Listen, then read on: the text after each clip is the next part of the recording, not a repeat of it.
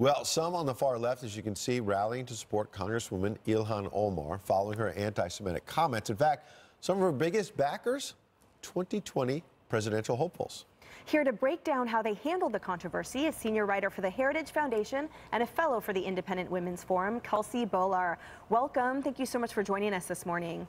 Good morning. It's great to be here. So break down for viewers, how is it possible that we had reactions on the left saying this was literally being blown out of proportion when the comments were so offensive?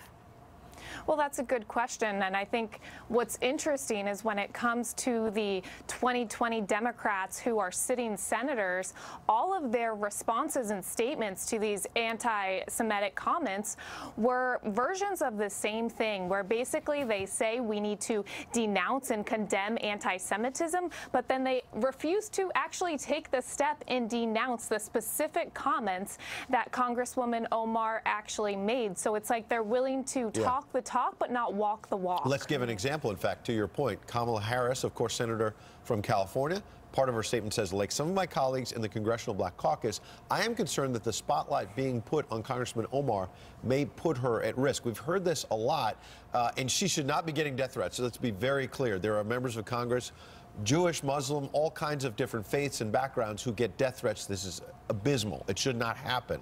But that doesn't excuse anti-Semitic comments, does it? No, and absolutely no sitting member of Congress should face any sort of death threats. Let's be clear about that. But it is pretty incredible to see Senator Kamala Harris basically defend the person who made the anti-Semitic statements. You know, she's voicing more concern for her safety rather than the safety of the people that the group, Jewish Americans, who the comments were actually directed to.